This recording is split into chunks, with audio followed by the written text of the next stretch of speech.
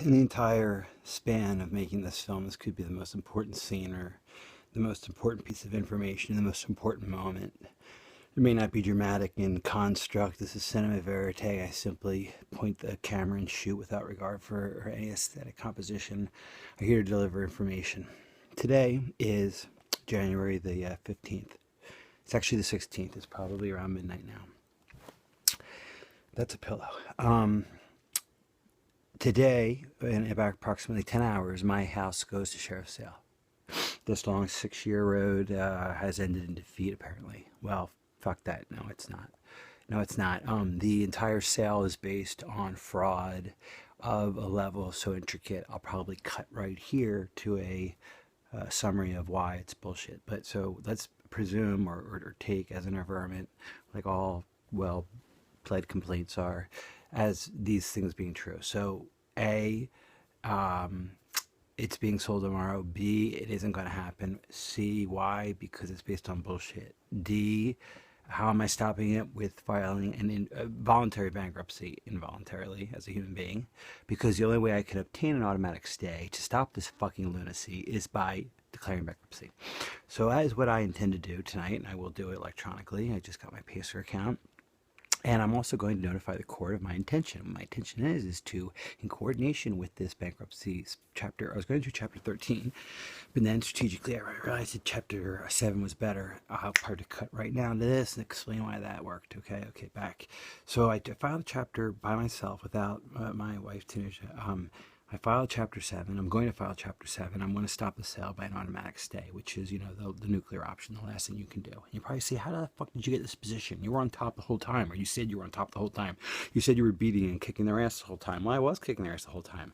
And I'll cut to this to explain how I was. But the point is, because of corruption and systemic apathy and inefficiency and error and mistake and just the general malaise of the court, as well as what I think is real rude corruption by certain individuals or entities. The fact is, I got put in a position where I am now. But the great part is, it's like jiu-jitsu. By filing chapter 7, I am going to list them as an unsecured asset. Therefore, under chapter 7, unlike chapter 13, which would have set up a payment plan to pay certain debts, this would seek to discharge all debts that are unsecured.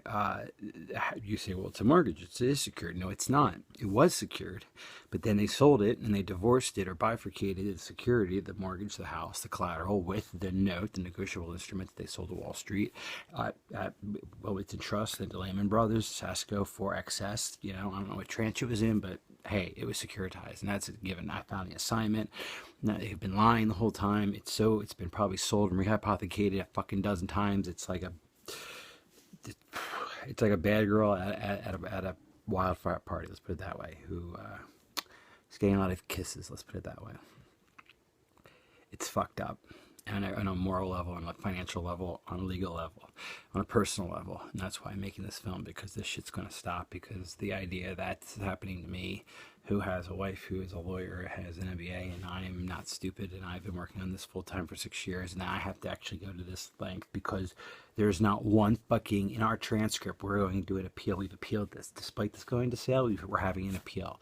Even though you should theoretically not have your house sold while you're appealing, you have to. That's an extraordinary remedy and relief you have to ask for. So, fuck that. Cut to that. Hell, that's crazy. But back to this. Violations of due process everywhere. Here we are facing the loss of our house, and we don't have one fucking piece of information on the record. Not one piece of evidence that has been proffered by the plaintiff in meeting its burden of proof.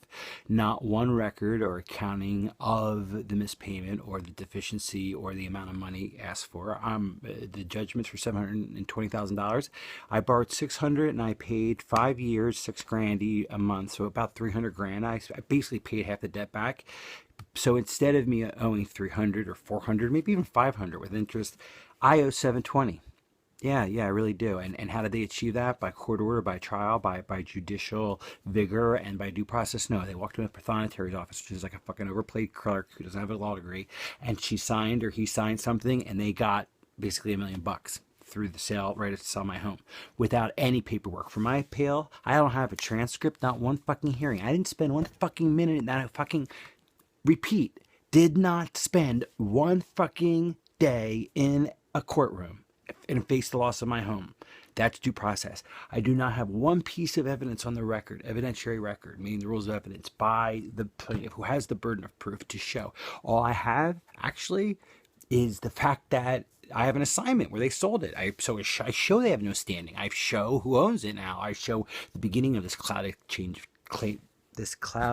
of title, where it emanated from my signature as credit, not as money lent, to be securitized on Wall Street, to be monetized on Wall Street. In fact, that's what the loan's all about. The loan is a monetization event where the signature, my signature, creates an instrument, a piece of paper, a note, that is therefore sold on a secondary market. Without that sale, there is no monetization. It's a cash flow. It's a contract. It's money coming in from me. They could keep it that way, but they don't want that. They want to get paid, they want to get paid X on the dollar for that total sum value of that instrument, which is a 30-year instrument at 6.25%. But then this is where the fucking crazy part comes in. It's not that.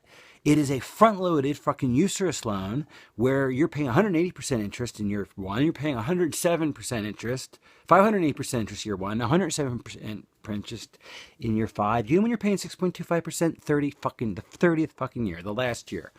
And you look at an amortization table and you say, well, maybe that's the math. Maybe that's how it has to happen. Fuck it. I can show you 8 ways to Sunday how that's not true and how you can get to the same fucking fixed payment to the penny. And the ratio between equity and debt, or debt service and equity building or ownership, is equitable and fair and reasonable. I can show to you a couple ways to do it.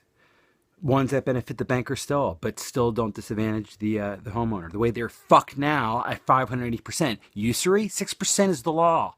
580, 6% is the law. 580 is the reality. That's why they offer to refinance every 5 years. You think they're doing that because they like you? Because they're in love with you? Because they're trying to get you to, wake up.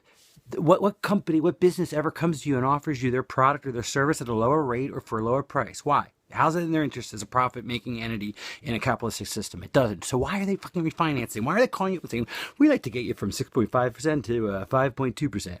And you're like, hey, honey, I got us down low. And you feel like you're badass and you know how, and I got it, we're going to pay less. But, so that's a great thing, right? Okay, well, it's not a great thing because what you'll be paying is the same amount of money or maybe perhaps a little bit less.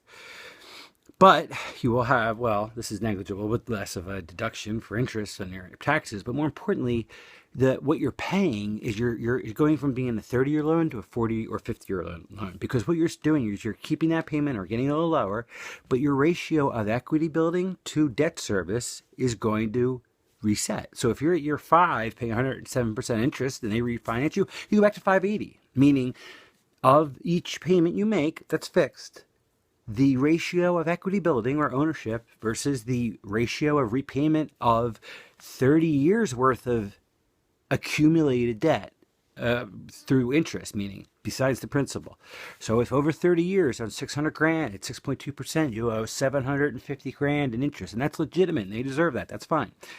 Well, instead of just dividing that by 360, like you divide the principal to come to a simple amortization ratio, that's easy, right? 360 payments, the principal plus the interest due in 30 years at that rate, 6.25% equals what? It's like $1.3 million, okay? It's like a $3,600 payment. 3601, I don't even know. The point is this. That ratio can be tweaked to the either fairness of the two parties or to not the gross disadvantage we have now. Now it's a fucking joke, and I will show it to you cutting here. So that's it. That's my fucking story. And I'm about to end it just by saying this thing not only ends here, meaning this fucking, I'm not going to have the sale. I'm in appeal. This thing is going to start to get resolved in one way or the other. But more than that is the beginning of a bankruptcy suit, and which I can't do an adversarial proceeding because it's not Chapter 13, but I'm going to, in lieu of that, do a federal lawsuit that simply attacks someone for every fucking thing I've just said in this movie. Which is they did this wrong, that wrong, fraud, wrongful foreclosure, unjust enrichment, RICO. I mean, ready, cut to all the shit they did here. Bam.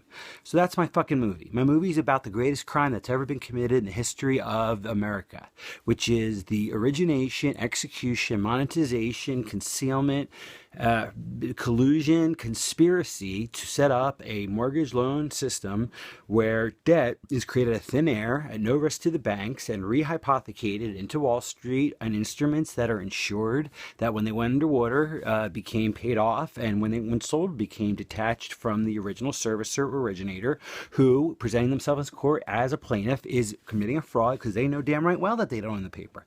Why they don't just have the owner of the paper come up and step up and do it? Well, sometimes it seems they do now as plaintiffs, but they didn't for me, and they twice didn't do it, so they couldn't go back and say they lied. So maybe that's why. The point is, once you start a lie, you got to keep going, sort of.